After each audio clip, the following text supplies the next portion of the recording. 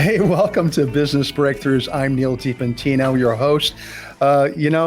We've been talking to a lot of business coaches here lately, people who work with executives, people who, they just have different talents and they have different techniques and different disciplines for working with leaders, helping them to improve upon what they do.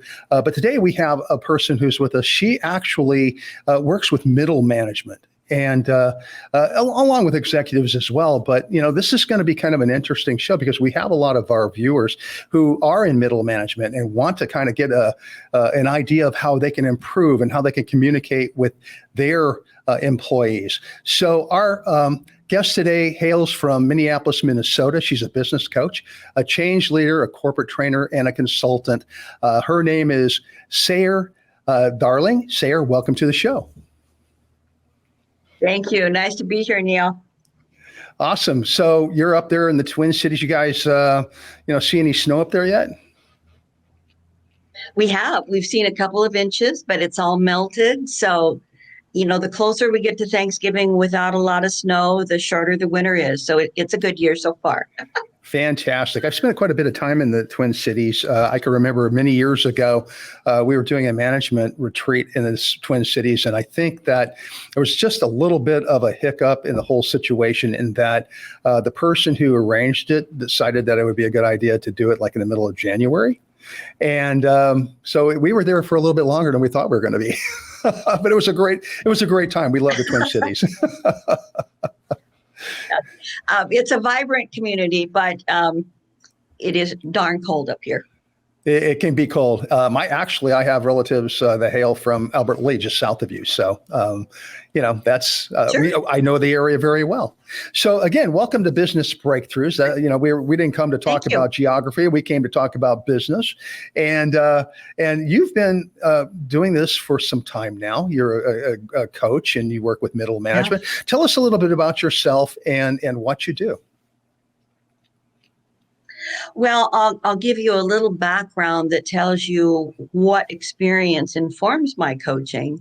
And I have worked in corporate America for 25 years, mainly in communications. And I have seen behind the scenes of what happens when communication goes south, when people don't live up to their agreements, when all of a sudden there's a lack of communications or a misunderstanding in between departments or in between layers of the organization. So although my background is formal organizational communications, I've seen behind the scenes of where the disagreements and the lack of communications and the lack of role clarity really confuses things. So that's the experience I bring into my coaching. I've been a middle manager in 4 different organizations, going through very dynamic changes during my tenure there, whether it's technology upgrades or regulatory issues or experiencing fraud, embezzlement, mismanagement, lawsuits, labor strikes, et cetera. So I've seen just about every facet in an organization of where you need to have better communications and better leadership and an acknowledgement of the value and role of middle managers. Well, lack of communication just really can kill a business. And no matter whether it's from the top end down to bottom end up, whatever the case might be, and right there in the middle is really super important too. I read someplace one time where employees change jobs more often because they just don't understand exactly what their role is. Would you agree with that comment? Mm-hmm. Absolutely. Job descriptions today, especially, tend to look the same from organization to organization. You wonder if they aren't cut and pasted in some situations. And some job descriptions can be 3 pages long, listing every single detail, or they can be more general in nature. And neither one of them really helps people understand what the responsibilities of their position are beyond what their deliverables are. So how are you expected to show up for your team and collaborate? And how do you build cross-functional relationships? And how do you pay attention to the quality of how you do your work? Are you thoughtful with people? Are you trying to build trust so that you can create influence with people who can help you achieve your goals? And those are the things that are missing. For middle managers especially, because they are at the core of the organization, they have to be able to translate what they do to people above them and to people below them. And everyone recognizes when an executive communicates to employees at large, there is a different language, there is a different set of motivations, a different performance metrics at every single layer of the organization. And so much of our miscommunications occurs when we are communicating at the level of our position and not translating that message to whomever we're speaking to. You know, I often say that what you want to say isn't as important as figuring out what you need to say in order to be heard. And I can walk people through a number of ways to help them develop those skills, to stay connected with who they're speaking to know how to use questions, to understanding that all business starts with a conversation. So if you do not know how to communicate, nor know the difference between a conversation that builds connections with people versus a communication, which is basically an exchange of information on the topic we're speaking about. And so helping people understand all of that really goes a long way to improving their skills as a business leader. Leadership is communications. Communications is leadership. Absolutely. I agree with you 100%. You know, and interestingly enough, I find in my life that, you know, I receive information differently than maybe somebody that I'm working with. We all receive and understand things a little bit differently, where I'm more of a kind of a visual type person. I like to see it as I'm hearing it. If somebody comes up to me and starts a conversation and tries to explain something to me, I get lost pretty quickly in most cases. But if I have the visual to go along with it, then I can pretty much stay on top of it and I can figure it out and move to the next step. Would you agree that just that type of communication needs to be individualized? Yes, I would agree. And Neal, an even more important and prominent place of misunderstanding in organizations occurs between people who are specialists and people who are generalists.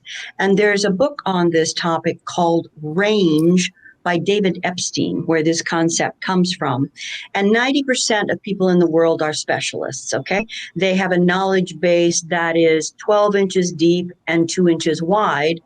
And generalists, who tend to be communicators most often, have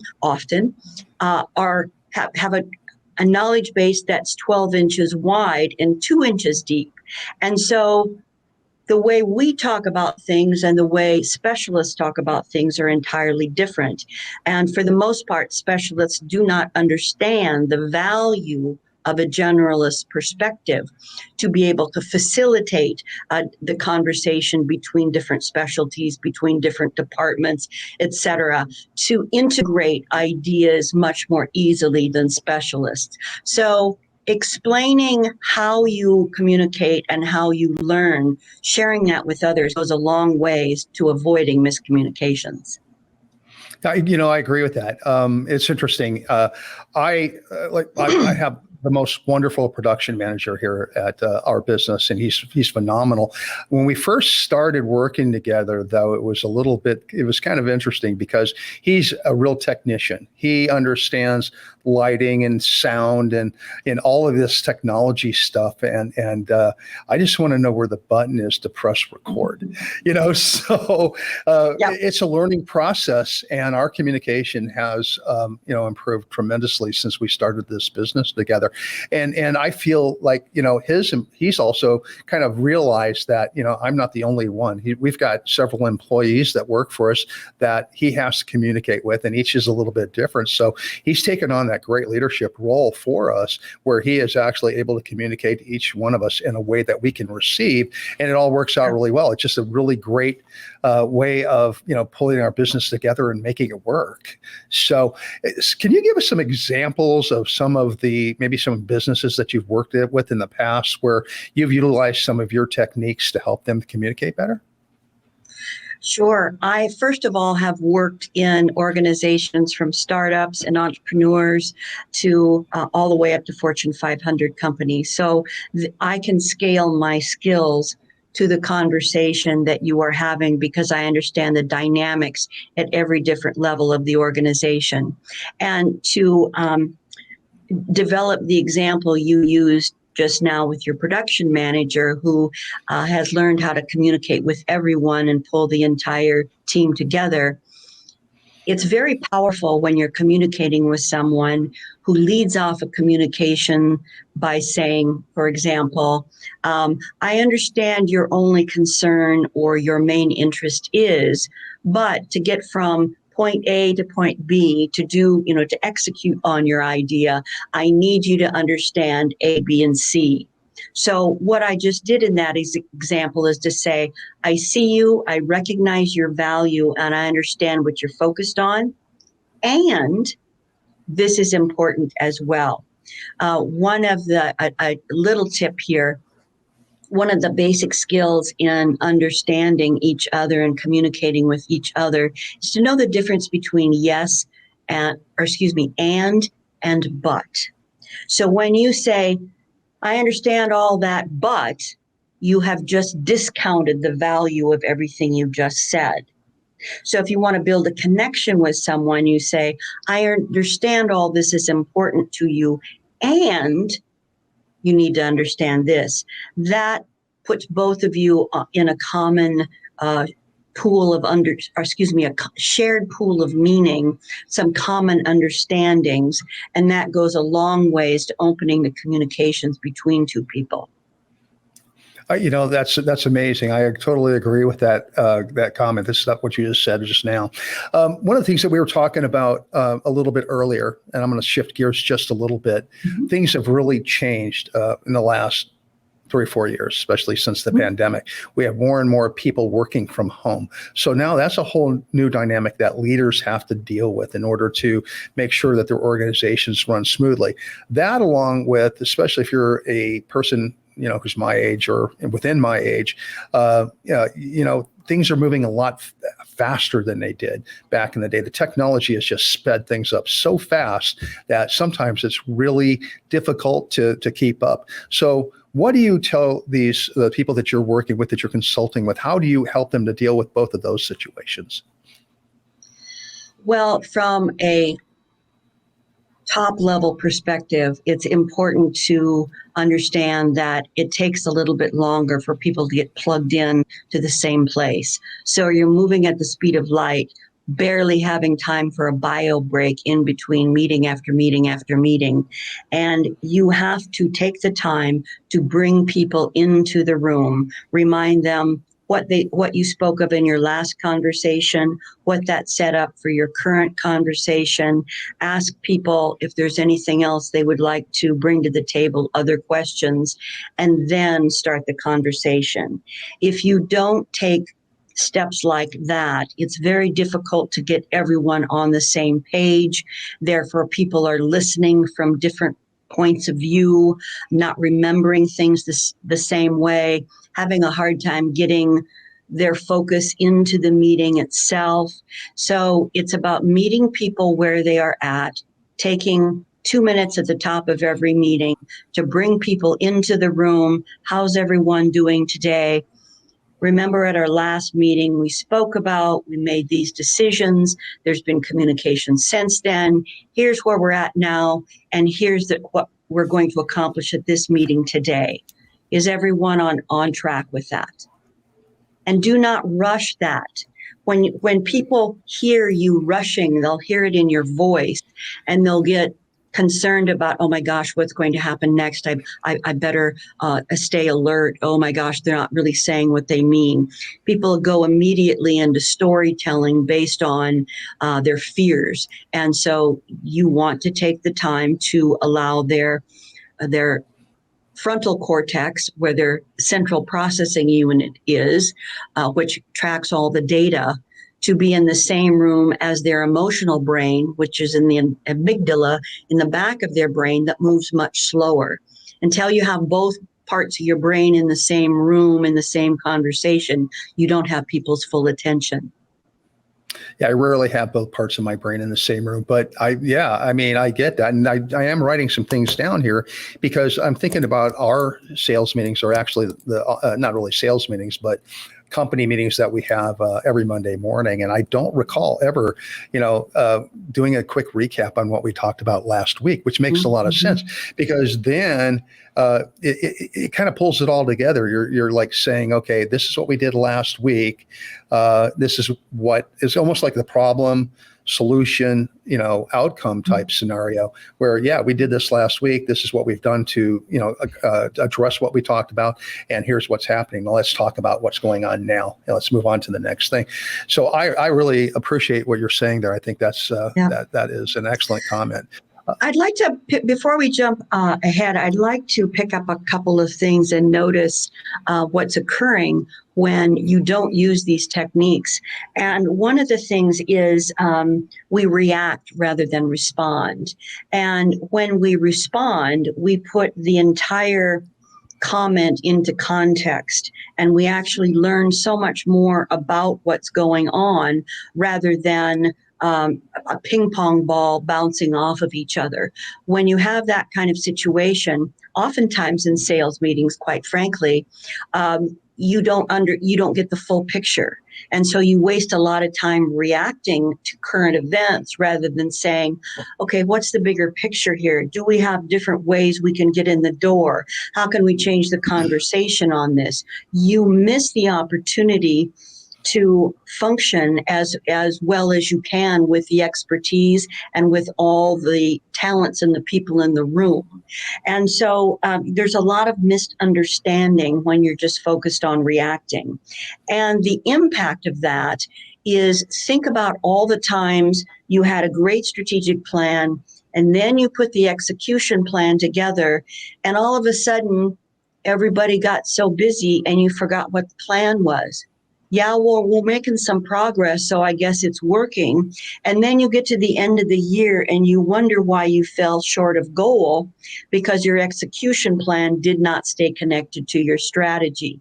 That's the benefit of being able to take time for responding to the issues at hand and expanding the conversation to understand the context and all the complexity of it, as well as all of the opportunities to kind of get in the door differently to solve it, rather than just reacting to current events.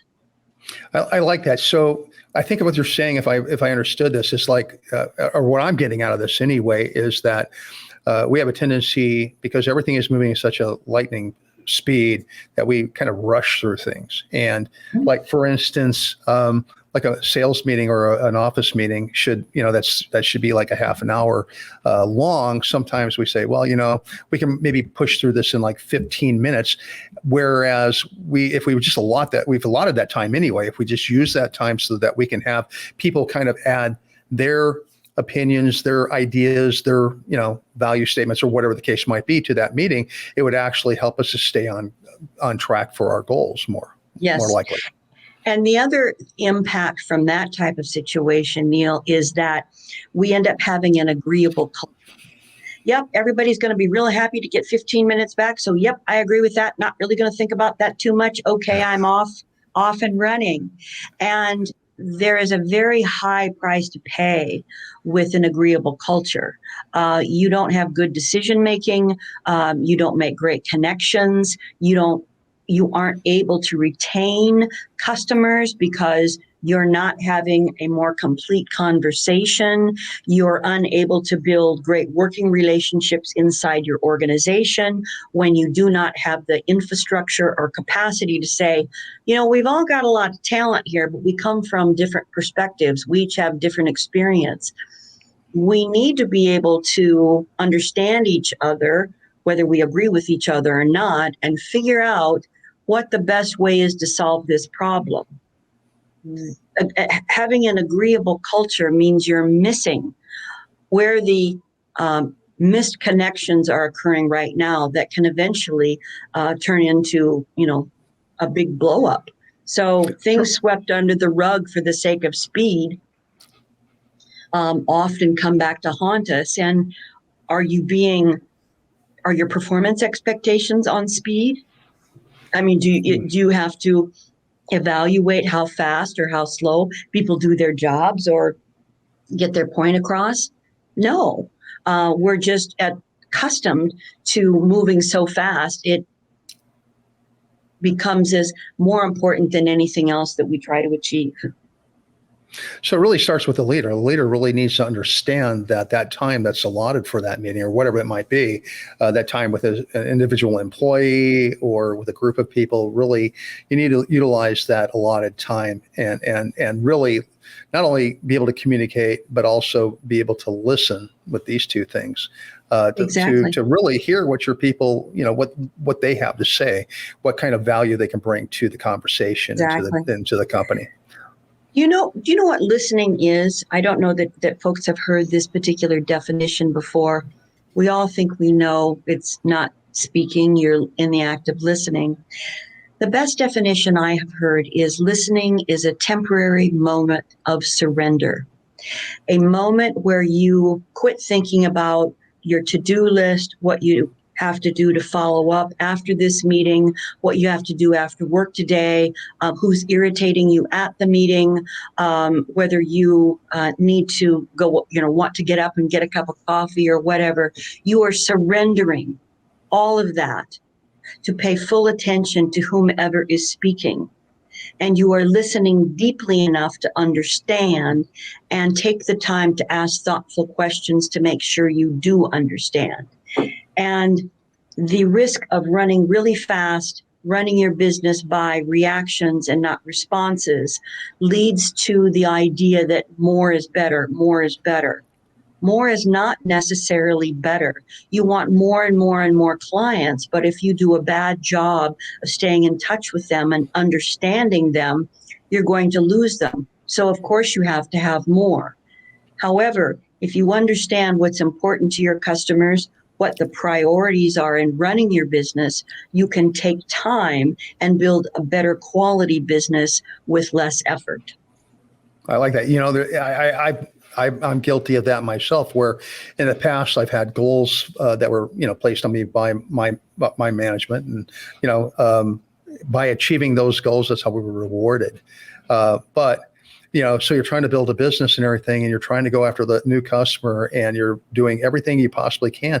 Then all of a sudden you stop taking care of the customers you already have. To some extent, you stop listening. You rush through things and everything. Pretty soon it's like the tail chasing the dog, and or chasing the head. And I've come across that many times, and I see it a lot of times in business. And that just really is it's a way to destroy a business, really. It is, and it's all driven by fear at that point. Fear of not enough, fear if I don't work fast enough, fear that I won't make enough money. And when you're an entrepreneur like I am, then who do you talk to about the terrible taskmaster that you work for? So I get that. Lonely at the top, right? right, very lonely. Oh man. Well, listen, you have been a phenomenal guest. We're coming to the end here. I hate to say it. Oh my gosh. It's like here we had to rush through this thing, but not really. Exactly. I could sit and talk with you forever. This is incredible. One parting thought. We haven't talked about the middle managers so much, but you can see from these examples that we've talked about today that the middle manager has to be one of your most skilled communicators and translators inside the organization to understand the needs of all of their superiors, to understand the needs cross-functionally and to understand the needs of the teams they're supervising and translate all that information to how your audience can hear it. So hopefully we've given you some good ideas today. Absolutely. And, if they missed anything, they can get in contact with you. I mean, you're a coach and you're Yes. ready to and willing to work with businesses to help Yes. them, to not only build good leaders, but also improve with the leaders that they have already. So how Correct. will our audience get in contact with you? Well, there's only one Sayre Darling on LinkedIn, so you will find me there. And you can also check out my website at sayredarling.com. Fantastic. Well, thank you so much for being on our show today. We really appreciate it, and got a lot of value out of it too. I hope everybody Good. else did like I did. I've Good. learned quite a bit. I took a few notes here myself that I'm going to be Super. passing on to my staff as I'm speaking with them, and There I'm you going to go. learn to slow down, and I'm going to learn to give them a chance to give their thoughts to us as well. So, Excellent. great. Enjoyed Well, it, Neal. Thank you so much. Thank you so much. Thank you. So that's our show for today. So thrilled that you could be with us today. Business Breakthroughs is sponsored by Titan Digital. Check them out at titandigital.com and check out our other great hosts on the Small Business Delivered Network at smallbusinessdelivered.com. Until next time, bye-bye.